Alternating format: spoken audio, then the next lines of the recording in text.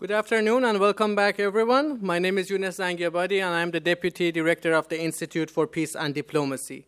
Thank you all for joining for what promises to be an insightful and informative session. I hope you all had the opportunity to network and refuel during the lunch break. I had the chance to discuss with some of you the discussions and the conversations that we had. It seems like most of you, if not all, are enjoying the conversations and discussions that we've been hosting so far. And the good news is that we still have a number of keynote speeches and panel discussions lined up for the rest of the day, so I hope to see the same engagement and enthusiasm as we move forward through the day. Now allow me to begin this session. At IPD, we are truly honored and privileged to have with us His Excellency Ahmet Yildiz, Turkish Deputy Minister of Foreign Affairs, as a keynote speaker at our third annual Middle East Strategy Forum in Ottawa. Before I introduce our distinguished speaker, let me share some quick housekeeping notes. In terms of the format of this session, we will proceed as follows. Deputy Minister Yildiz will first deliver his keynote remarks. Following that, I'll engage him in a follow-up conversation to delve deeper into some of the points that he'll cover as part of his keynote address. Then I'll ask him some questions on Turkey's evolving role in the region and beyond. We expect to end this session by 1:40 p.m. Without further ado, let me briefly introduce Deputy Minister Ahmet Yildiz. Ahmet Yildiz is a prominent Turkish diplomat and a politician with an impressive career in international affairs and legislative work.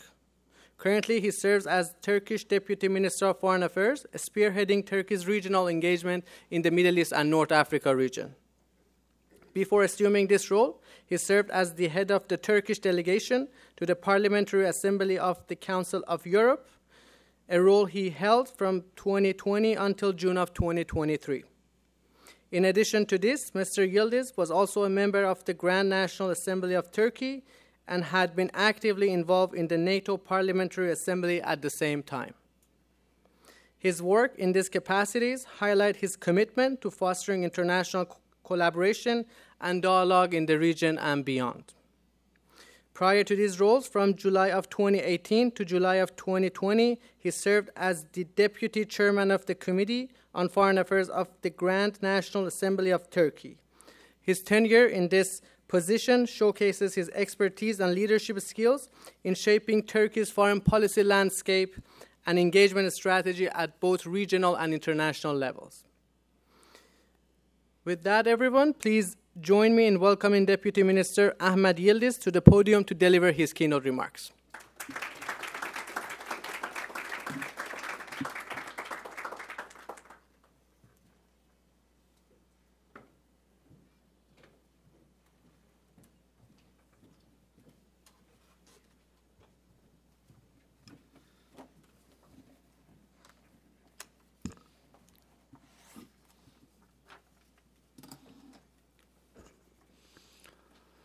Good afternoon, everybody, and bon appetit.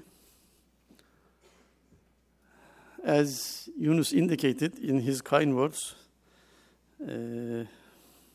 my background is a politico-diplomatic one. But my colleagues prepared me a long notes to keep me in line with diplomacy instead of politics. Indeed, nice to address such a distinguished audience in Canada, although Canada is not in my portfolio as Deputy Minister. But I represent a country which may be seen as a mid-sized country in this part of the world. But it is a country that it is relevant to almost every international issue due to its location, geography, neighbors, due to its dependence on energy politics. So Turkey cannot get isolated from any major international issue. That's why Turkey needs to keep a strong military as the second one in NATO, and also a very vibrant diplomacy till I think for now we reached the fourth or fifth rank in the diplomatic network in all around the world. So these are for some reasons. I'm coming now from UN General Assembly in New York. It was a 1 week full of debates, including addresses by the leaders, but meetings between the diplomats and politicians, covering almost all aspects of international relations, including the Middle East. I can shape my remarks according to what happened in the UN General Assembly about Middle East. It may be worth. What we have discussed about Middle East, although, let me tell you first, Turkey may be regarded as a Middle Eastern country, but a European country also, a NATO member of the Council of Europe, on security, NATO, on rule of law, human rights, on the Council of Europe, and in all other Western fora. Turkey is busy on one side in the Mediterranean and Middle East, and on the other side on the Black Sea, Ukraine, Russia. So that's why, in our opinion, that Turkish network, diplomatic network and military strength is helping everybody in the region and in the global order to keep the peace and stability in the region. What we have discussed about Middle East in the UN General Assembly, first of all, is about the Israeli-Palestinian issue. In the presidential, in the leadership level and among the diplomats. And the main theme about where we are now in Israeli-Palestinian issue, which is the core issue for a lasting peace in the region and world. One, unfortunately, the prospect for a two-state solution, which is the real and only solution, indeed, is kind of decreasing. As somebody were concerned, it is about to die because of indifference from international community partly, but mainly due to Israeli intransigence to any settlement. Unclear, Israeli undeclared, unclear ambitions. Still, Israel doesn't say what they want at the end. Turkey recognized Israel in 1949, and since then we have diplomatic relations.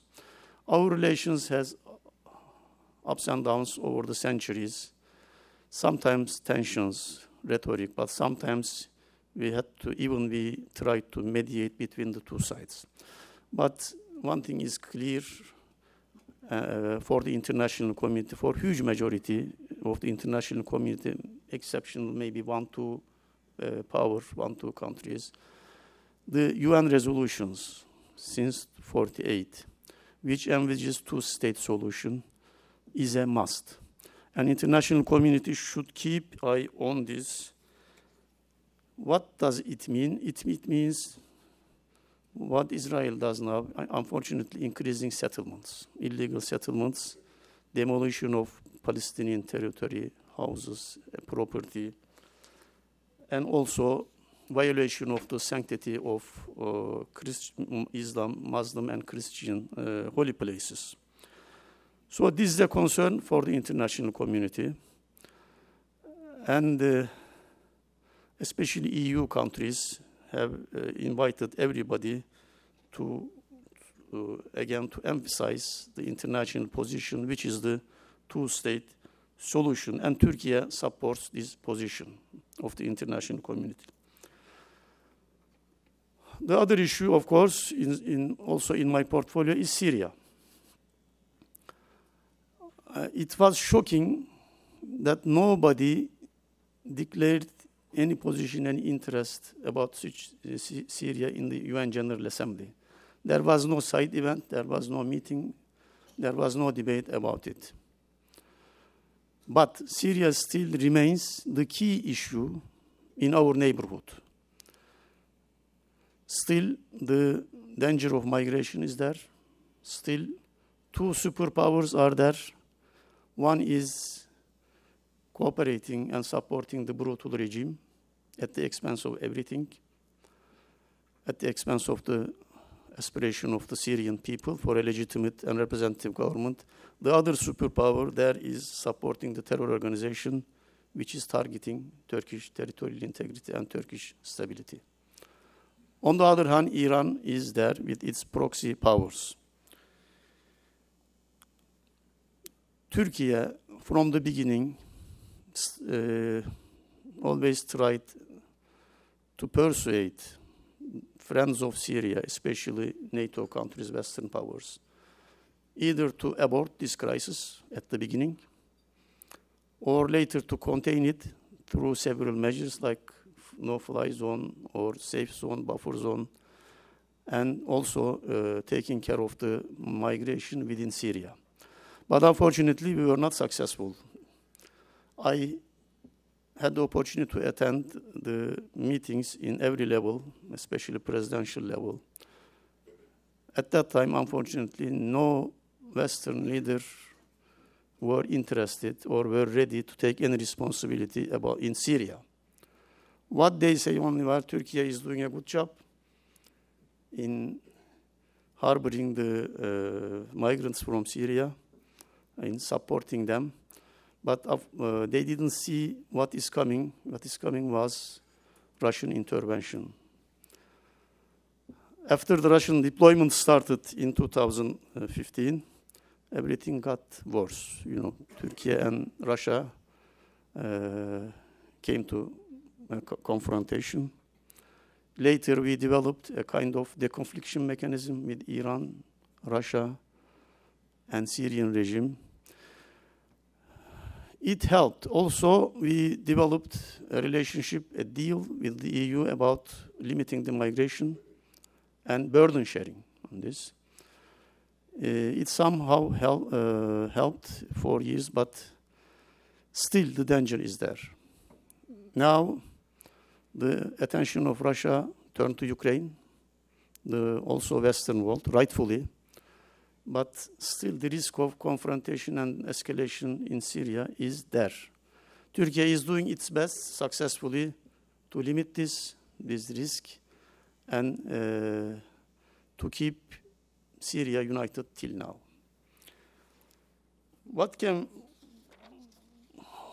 What a solution may be possible, may be accepted to Turkey in the future in Syria? First of all, of course, to keep territorial integrity of Syria and people united. Second, Syrian regime and other powers there should combat terror organizations, not selectively, but to all, including PKK, which is targeting Turkish territorial integrity. And another requirement also is to handle migration. This is an issue. This turned to a global issue. First, it became a Syrian, later Turkish, later European, later a global issue. I remember in our discussions between President Erdogan and Prime Minister Trudeau at that time in G20 and other meetings, this issue also has been debated. The other, of course, issue is Iraq. Although the country is showing some signs of unification, some signs of development in governance, also in economics, still some issues remain there, including the disagreements, which sometimes escalate to tensions, sometimes confrontation between the central government and the Kurdish Authority in north. And still, terrorist threat from Iraq to Turkey is going on. But fortunately, the government in Iraq now and Prime Minister Soudani is willing to cooperate on all these issues with Turkey and other regional powers. What can I say? It is going in the right direction. Also, you know, the Iraqi oil and gas is important not just for Turkey, but for the region and for the global energy security. This is evolving in the right direction. Some good news from the region, of course, the escalation of rhetoric among some countries, including mine. We call it normalization between the countries of the region. And also relative calm now in Yemen is promising. And Turkish-Egyptian rapprochement, normalization is also promising. Although the Israeli policies of escalation in especially Jerusalem is going on, Turkish president and Israeli prime minister lately in New York, they came together. On the other hand, Saudi-Iran rapprochement and their kind of de-escalating rhetoric is going well. These are good news to help the region somehow and peoples of the region somehow to deal with their own issues with the local ownership. About Libya, what can I say to you? Of course, Turkey is playing a very stabilizing role there. Unfortunately, international community has messed up in Libya with diverging opinions, with diverging actions, sometimes contradicting within themselves. And unfortunately, once it came to a brink of bloodshed and genocide in the capital, thanks to the Turkish involvement, it stopped there. Now, the two sides in the west and the east, they are in good dialogue with Turkish help, with Turkish good offices.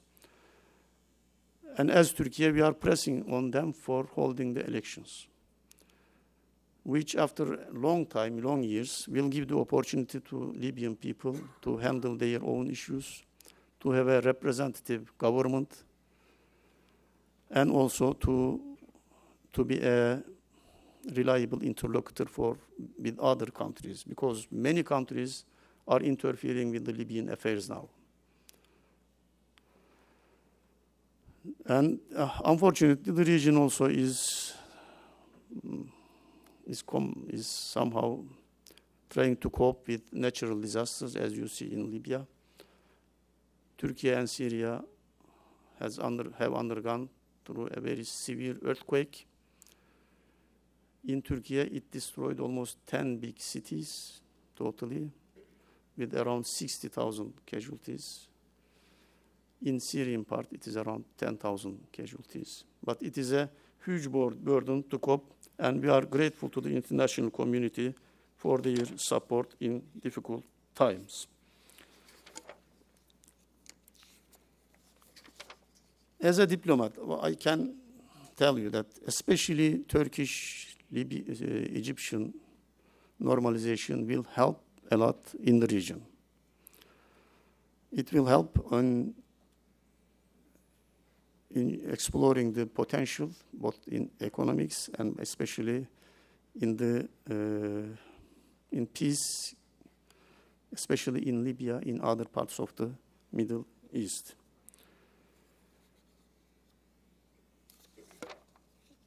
Of course, Turkey, as I said, is not just a Middle East country. It's a European country bordering to the Middle East or taking place, locating in the Middle East. With our role in NATO alliance, we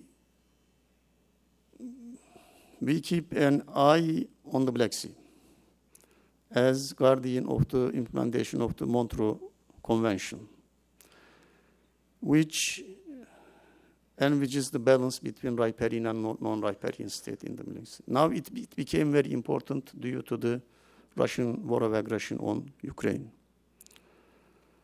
On the other side, also, we are trying to help, especially European countries, to cope with the migration and to to determine the root causes of the migration in the region and to deal with it locally.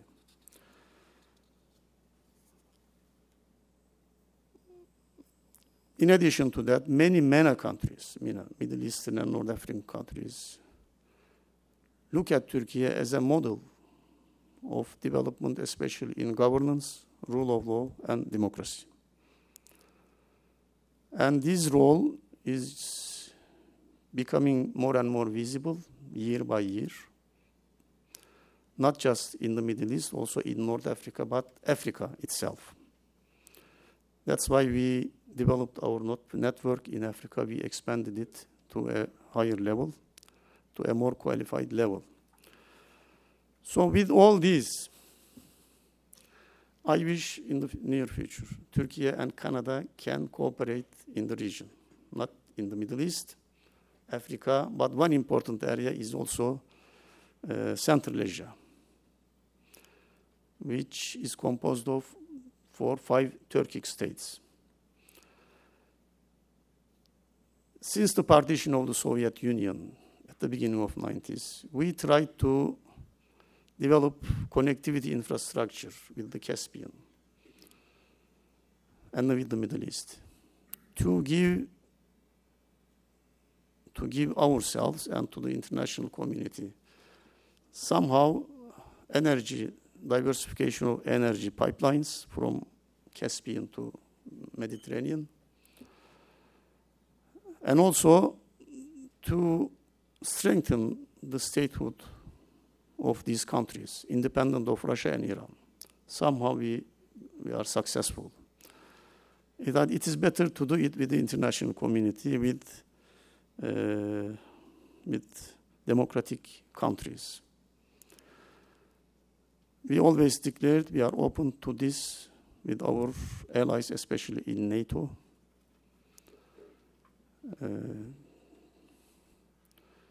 These days, this energy diversification and energy security is getting more and important.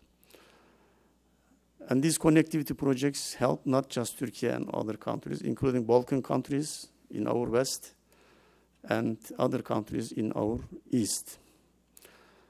Turkish diplomacy and military is always busy, also in the Black Sea.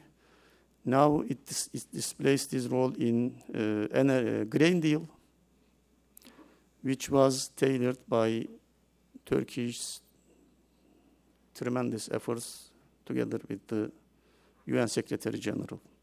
And it gave the opportunity for exporting 33 million of Ukrainian grains to the international markets, especially the African ones, which need it desperately. So this is Turkey. Although it looks far from here, indeed we have a lot to work together, both in multilateral fora and bilaterally. Right after the UN General Assembly, I took the opportunity to visit Vancouver. Then I am here. Later, I will move to St. John's, Newfoundland, for inauguration of the memorial for Dardanelles victims for more than 100 years ago. There are a lot of ways, maybe small steps, helpful in improving everything. But one issue is about, unfortunately, Turkish diplomats are not happy is the restriction of defense equipments. Although we are in the same alliance to defend for collective security, for collective defense, we are, what can I say, we are disappointed that these restrictions continue. We have a lot of responsibilities in the Black Sea, in the Mediterranean, to defend NATO interests, but we are sanctioned.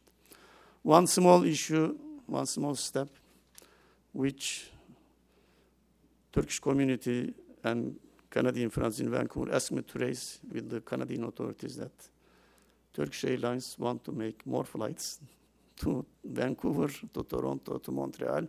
Why not to Ottawa?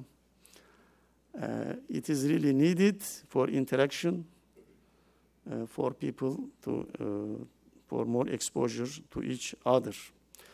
Let me stop here and get the questions from Younes first, and if possible later from you.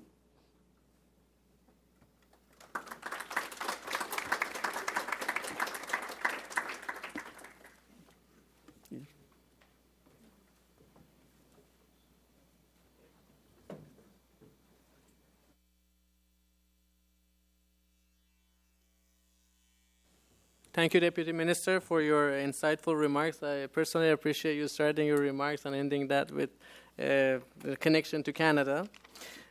But let me start with what I observed to be very, very clear in your speech, but also very well reflected in Turkish diplomacy in recent months. Since the re-election of President Recep Tayyip Erdogan, Ankara has really accelerated its diplomatic engagement in the Middle East, from boosting trade and defense relations with GCC countries to reducing tensions and improving ties with countries such as Egypt, as you have mentioned in your speech, and even Syria to a lesser extent, with positive signaling that we've been witnessing in recent months. In this context, I have a twofold question for you. First, what has it really changed in Turkish foreign policy calculus that we see such a drastic shift in regional approach and compared to what we witnessed 5 years ago and even after the Arab Spring? And the second part is that should we expect consistency and sustainability in this approach in Turkish regional engagement? It's okay.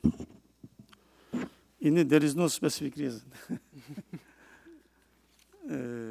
With Egypt, of course, the rhetoric at the presidential level was there, but the relations, commercial relations, diplomatic relations continued. I can say sometimes the time shows everybody their limits, and sometimes you see the opportunities during the time, as happens in the wars, you know, that you fight, but sometimes you seek for peace, and you improve it, right, everything after peace. But as I said, there is no specific reason, but in the Middle East, most of the tensions, in my opinion, were unnecessary and were avoidable. But it took time to understand this for almost everybody.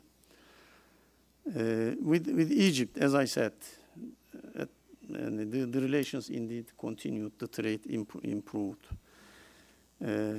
What can I say? The relations between Turkey and Egypt are kind of brotherly relations, but in our geography, brothers fight a lot among themselves. With Gulf, of course, indeed, deterioration of Turkish relations with Gulf countries also was mainly due to the coup in Egypt. Not for bilateral or for real reasons. Turkey as a democratic country, and which suffered a lot from the military coups in the past, 4 coups, was harsh on condemning the coup in Egypt. But nobody else did it. Turkey was the only one. Still we keep this position, but it shouldn't mean we stop all relations. We have a lot of differences with Israel, but our relations continue, especially in economy. We have good relations. Culturally, we have. What changed, I can say, time. Nothing else. And frankly speaking, these 10 years, especially the war on Ukraine, showed me personally, and in general Turkish diplomats and international community, we don't have luxury of never-ending rhetoric. We should work on bridging, on building bridges and dialogue. And this development, especially Ukraine, showed that there is worse than worse, and worse than better. Yes, sorry. So in addition to the change in time, that definitely plays a role here. Some experts suggest that the economic situation in Turkey is one of the main factors driving this change in regional engagement that we see, with more interest in boosting ties with Arab-rich Gulf countries such as United Arab Emirates, Saudi Arabia, more investment in investment in Saudi Arabia buying Turkish drones. Do you also see that as a factor in changing Turkish regional engagement in recent months and years? I don't think economics is the main motive on this. Economy always is important, helps on everything, but it is not the main dynamics. But what main dynamics is, everybody saw that we need some peace and quiet. Okay? Yeah. Turkish defense industry, you said drones, it's not, this defense industry relationship and trade of these defense equipments is valid for everybody. We buy a lot from almost all producers. Now we are developing our own one. We are selling to peaceful countries. But it is not the backbone of economy. Well, for us, the main economic item is energy, because we are an energy-dependent country. Our energy import, in my opinion, now maybe I am not, but around I think $80 billion. We watch closely the energy prices, oil prices, gas prices. It is very important for us. But of course, nothing is for free. We are not donated any oil and gas. We buy everything from the market according to market conditions. So is defense equipment. But what can I say? The regional dialogue is a must for every region. So is for the Middle East. If you keep distant from each other, from your neighbors, then it invites a lot of foreign interference from far away. And this may be the main motive, not economics.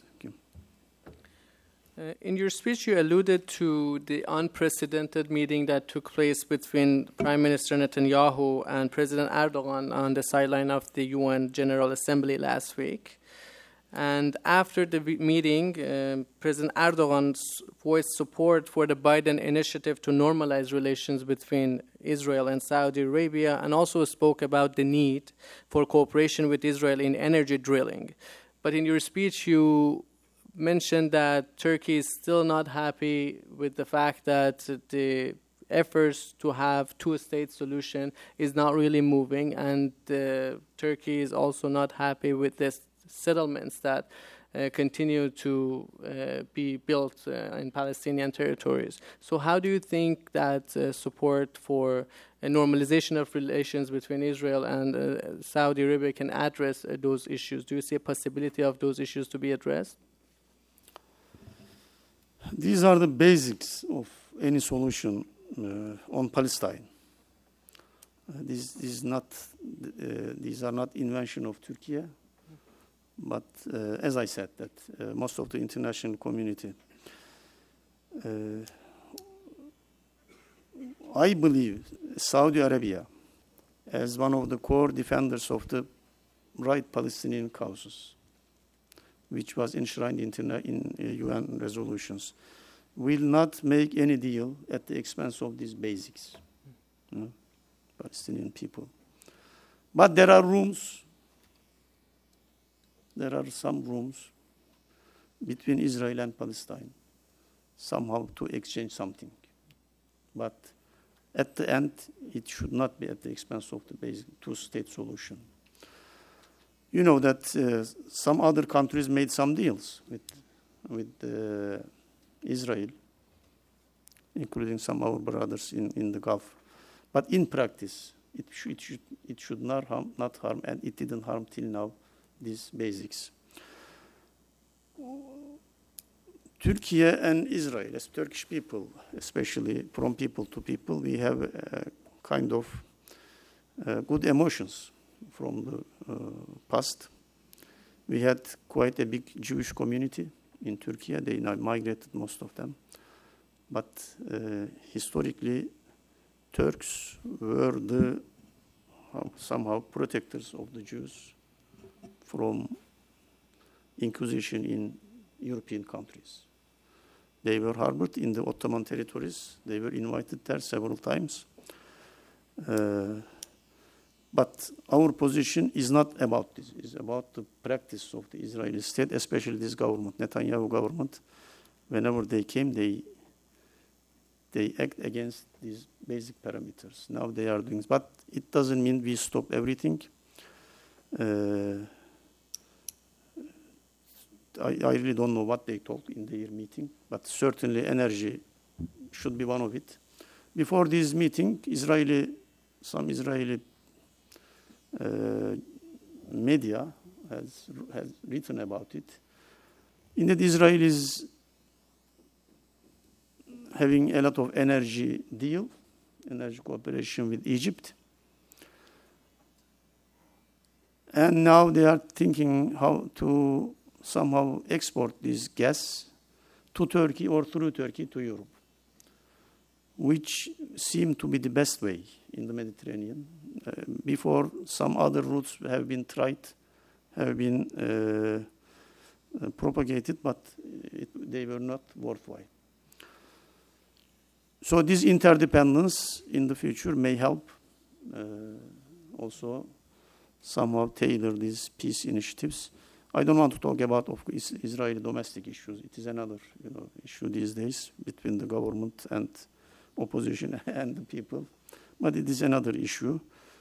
We still hope that a peace within the UN parameters is possible. I want to shift gear toward another topic that which was actually discussed during the session with Deputy Assistant Secretary Chris Backenmeyer about the India, Middle East, Europe corridor. On the sideline of the G20, as we were informed and we were aware, President Biden announced that India, Saudi Arabia, the United Arab Emirates, Israel, France, Germany, Italy, and the US want to create an India, Middle East, Europe corridor, or IMEC in abbreviation. Since the announcement, President Erdogan has heavily criticized the deal, suggesting that there can be no corridor if Turkey is not part of it.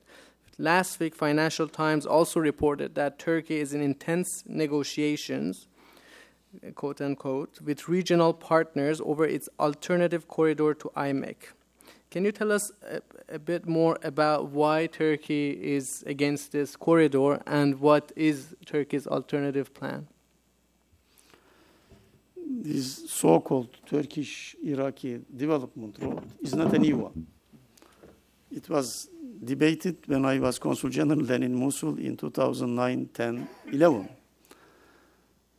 It was part of regional requirements at that time, as still it is.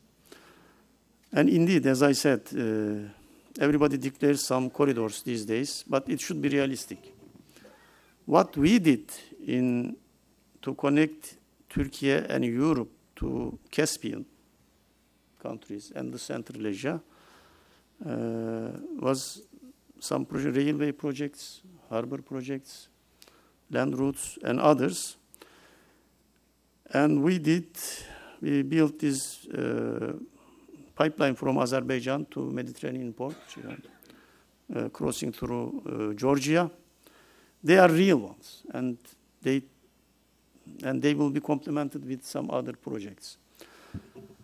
So this is our one. It is, and we think it is more realistic, more feasible. Okay, so we have some corridors in the Balkans, for example. EU declared some corridors through Balkan harbors and that. What we did in Turkey, within Turkey, like Marmaray and other projects, they fit to this. They fit to serve with other neighboring projects. And when also I saw this declaration about this IMEC, it seemed to my mind also a kind of rhetoric. Maybe to challenge or to counter the Chinese Belt and Road Initiative with political reasons and politically motivated. But what you said, in what President Erdogan said between Turkey and Iraq, it is not a challenge to it. It is not designed to it. It has been there before, and it will be complementary to what we did in Turkey till now, within Turkey, and in the Caspian regions, to connect it to Central Asia. So let's hope all will work, but I doubt that. I really doubt that, yeah. Thank you, Deputy Minister, because you kindly suggested that we can take questions from the audience. I'll take two brief questions, and we have a hard stop at 1:45 because we have to start the next panel. And Farzan, so I'll take two. Sorry about the other interested parties. Farzan, go ahead, and then after him, then you can. Thank you very much for the informative presentations on Turkey's positions and interests in the region. Mine slightly focuses more on the South Caucasus to the extent that it influences Middle East dynamics. I'm curious if you see potential steps by the Republic of Azerbaijan in the coming weeks or months to try to actualize the Zangezur corridor between its exclave in Nakhchivan and Azerbaijan territory, and to what extent that could potentially trigger conflict in which Iran has said it would intervene, and on the other hand, might also trigger Turkish military intervention. Thank you. Thank you. Of course, all peace-loving people in the region, we hope a peace treaty between Azerbaijan and Armenia, as in every post-conflict, guaranteeing and recognizing the territorial integrity of each other. And in the meantime, they can talk about how to realize this corridor, Zangezur, as was outlined in the trilateral deal.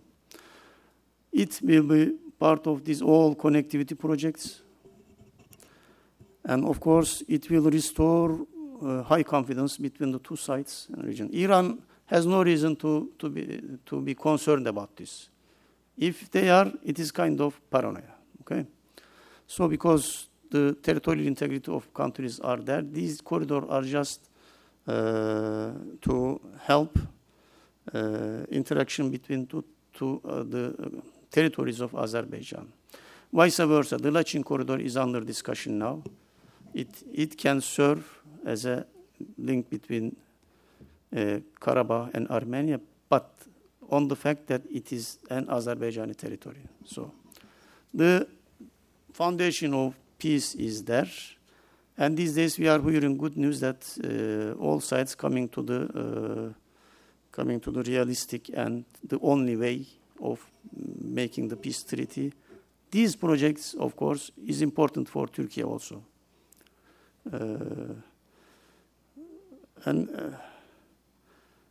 I hope no Iranian reactions on this. And all neighboring countries should be happy about such a deal. This is our opinion. Really, Turkey as government and Turkish people is looking forward to a real peace between the two sides. And this corridor will help sustain this peace in the future. Thank you. We have 3 minutes. If you like to ask your questions, you can, go ahead. But I highly appreciate it if you can be brief because we have to start the next session. I'll try and be very brief. Thank you. Thank you, Minister. Just from the outset, let me tell you that I'm the ambassador of Cyprus here. And you mentioned in your speech a lot of positive thinking and looking to the future and Turkey's role in it. What you omitted to say is something positive or anything in general about how, if Turkey changes policy in the Cyprus question, then it can really enhance peace and security and stability in the region. And you very rightly mentioned that as brothers sometimes fight. This is what happened also in Cyprus in the past. But what we need to look today is to the future. And as you rightly mentioned, the situation, the UN parameters for Israel and Palestine, the resolving the conflict, this is what we would like to follow in the resolution of the Cyprus problem. And you mentioned security, you mentioned energy, you mentioned that correctly that Turkey is a European country. Can you just for a minute imagine with the resolution of the Cyprus problem how it will develop the whole region, not only Turkey, but even beyond? So we are bound by geography, we are bound by destiny. What do you have any positive message to give us on that? Thank you. Thank you, Ambassador. I'll let you. Thank you, sir. Of course, it is a long story. It took 6 decades of negotiations, and the problem is still there. But I hope Greek Cypriot side had accepted the peace plan tailored by the UN in 2004, by the UN Secretary General, and later in Crans-Montana. But I can give you some hope about this, how to move. Maybe Turkish membership in the EU will help move forward on this issue. Because frankly speaking, that this is after the membership of Cyprus in the EU, it got worse. This situation got worse. And indeed, this Annan plan was accepted also, was defended by the EU. But some opportunities are missed. The new realities are there. And as I said, Turkish accession process may help on this issue. With that, I'd like to thank Deputy Minister one more time for being here with us in Ottawa. Please join me in thanking the Deputy Foreign Minister of Turkey.